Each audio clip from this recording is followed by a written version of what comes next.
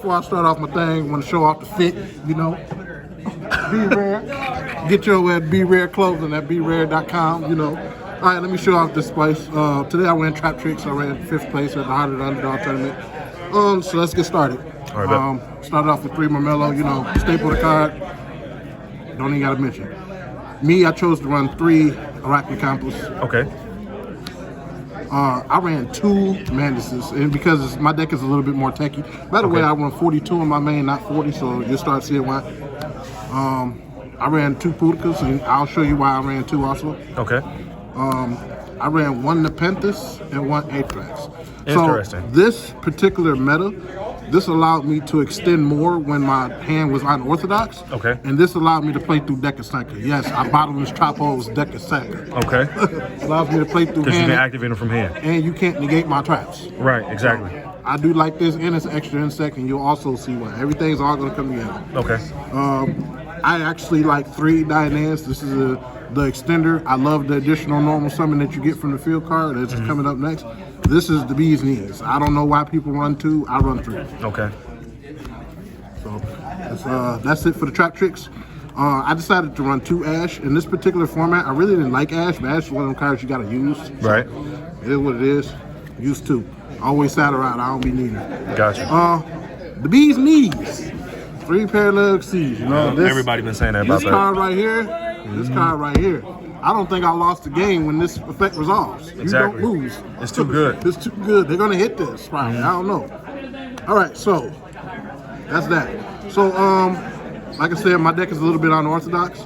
I decided to main deck one ADP. Okay. Because this particular format, they was running a lot of Traptrix, a lot of mirror matches, and a lot of decks that use the same tempo. So, you know, that's the one of these. Okay. This card right here, this card is 92. It's just as good, if not better, than the Parallel Exceed. It's the bee's knees. It's the, I activate right now, I get to go off. Okay. Searchable, flippable, banishable, get this card back out.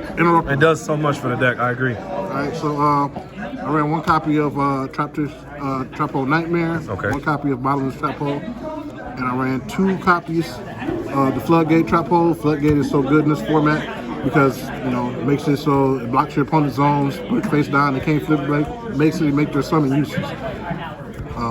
Just got to be careful playing against Cyber Dragon players because they can still use their contact summon, and I don't understand why nobody used it this format, but okay. I used 2 copies of Gravedigger's Trap Hole. You probably could have had 1, especially in this particular format when Nibiru was gone. Okay. But I just like the card. It stops all the graveyard effects. You can use it off there, and it burns for 2,000. That 2,000 burn is dangerous. It can kill you. Right. I ran 2 Torrentials, 1 for the mirror match, and 2 is Torrential. My monsters are unaffected. It's good. Okay. So here's my spice, my first spice. First spice, the Curious Sacred Tree. I love this card. It's been my favorite card since I've been playing. I've been playing Traptrix since Traptrix came out with the first 3 in the Trap Hole. The Curious Sacred Tree allows you to tag out your insects and your plants for your insects. It does it in chain. It does it as cost. So like when you're doing effects like Skill Drain is up, even though this format didn't use Skill Drain, you can go your Mammalio, you can contribute it off as cost, and you'll get your effect to roll through. I also used it a couple times in to get past the dodge to Cyber Dragon from trying to go into my extra deck, taking my Sarah. I would tribute the Sarah off and use something else. Yeah, it's pretty good. I like it. I still like Shade Brigandine because Shade Brigandine is a card. It still does what it didn't get worse. Right. I mean, even though they brought out Hotel, it didn't get worse. And push come to shove, if I want to get rid of a monster, I can use the field spell, get rid of it, and turn it into a Traptrix. I love it. Okay. Now, this final card is, I don't care if nobody ever run it, I run it. I run Treacherous Trap Hole. Treacherous Trap Hole is so good in the mirror. It's so good for the loop. The reason why I like this card, because your opponent must deal with it. I don't care how they deal with it. I don't care if they destroy it. I don't care what. They must deal with it. You cannot ignore this card.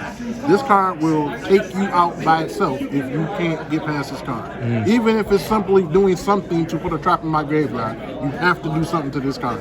And that alone makes this card worth using. It combos off with Sarah, where you can go activate the Sarah, bring out the Diana to reset to activate, bring out another hole. You have to deal with it. Period. Like, that's why I like it. Other Traptrix players didn't like it. When fleas just sending it straight to graveyard and pop into their monsters without the Traptrix effect, then they get mad with the salty face.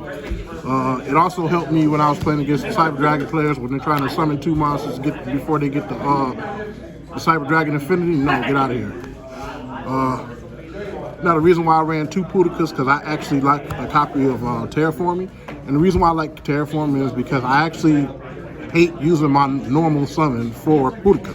Right. Being able to get your spell card, your field spell, without using your normal summon for Pudica is so much better extended. If I could summon a Mantis and a Vermilio, that is so much better than after the normal summon the Pudica. Okay. That's just me though. Some people don't agree, but hey, that's me. I ended up using 2 Tantalizings. They didn't come up much. I just used them for the dig for extension. They're really better game too when you're digging for your side deck cards. Okay. And they're good for me because it allows me to correct my graveyard with the banished trap so I can continue to use my treacherous trap hole again. Right. But I only ran 2. And then I ran 2 of the field cards. This card is so good. Like I don't think I don't think I lost a game when this card is out. So I ran 2 copies. Some builds only run 1. I think they're foolish. They should at least be running 2, if not 3. 3 I just didn't like keep on drawing them, so I decided to cut it. Okay. The extra deck, I got a pretty simple extra deck. Got Cowboy. You know what Cowboy for? Redoer. He's like the best regular XYZ that's not in the Traptrix. As far as I ran an Exciton Knight. Ironically, I ran a 101. You know, this is old school. I'm an old school player. I like this. This card lets you get past everything. And the fact that he protects himself from destruction, the effect came up so much to be able to do. I was able to take an 11,000 monster, take it out, get it in there. As far as, also, ended up using Utopia package right here. Okay. Not nothing OTK, just able to deal with stuff. Those monsters that I'm putting face down from the floodgate trap hole, I can kill over them and they don't get their effects. They can't activate their effects, can't trigger their effect. Right. And then this gets over stuff like Avermax and all that stuff. So that's that. As far as the Traptrix package, I ran 1 Alamaris, 1 Rafflesia, 1 Ping. In this particular format, I got away with running 1 because I didn't have to run more because Nibiru and stuff like that is out of format. Alamaris is really just an extender. You use it just to extend. She didn't really come up. Pingula, she's great. She is who she is. So that's that. For the mirror match, I had access to Alsa and a lot of monsters on Earth this format, so I used her. She's pretty good. I think I only had to use her once to bring back. What's the one? What's the girl name? I forgot her name. Vermelio? Pudica. All of them. Use Pudica to banish stuff for interruption, so that's pretty cool. I used 1 Cularia, 1 Adipus. This is just a stabilizer here, and she's the one that helps you push your game. Like, this girl makes you hit for an extra 5,000 damage easy. In my particular build, I used 3 Saras. This is pretty standard. You always want to have access to Saras. Saras will make your deck go. Always. She's the Steph Curry of the deck. She's there. So, the side deck, I decided to run 14 cards side deck and 1 extra deck card. I extra decked the Stardust Dragon because I extra decked a Starlight Road. Came in handy when people tried to harbor flood dust for me. I had a player activate Rampage Cyber Dragon on me, and Starlight Road ended the game for them because they ran out of gas. Their 1 comeback play didn't fail on them, so boom, a lot of people can't get past Stardust Dragon after negating their first destruction play. They usually don't have a follow-up, so that's that. I ran double Cosmic Cyclone because it banishes, it doesn't destroy, especially against the mirror match where they can protect your back row so well. I did run 1 copy of Twin Twister. I ran a Hoppy Shredder. I ran 2 Regekis. This never came up, but I ran a Witcher Strike. Interesting.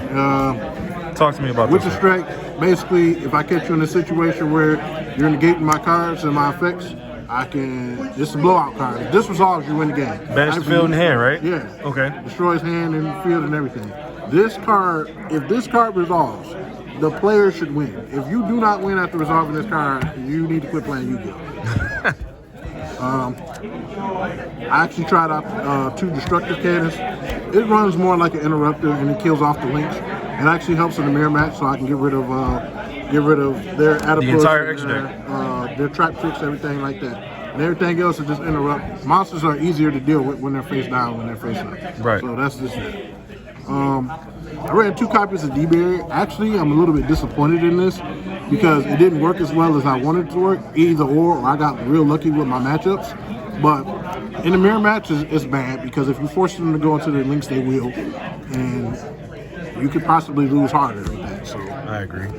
my last card was the second copy of IDP. It gave me flexibility that if I wasn't running mirror against the mirror, or if I was running against something that had different monsters, I could easily side in and out. And if I was running against that, I could just add it in. So like I said, I'm a little bit unorthodox, but this is what works for me. That's it. Traptrix. Awesome. Any shout outs or anything you want to change with the deck as far as your matchup? Shout out to Collectible Investments and all the guys there.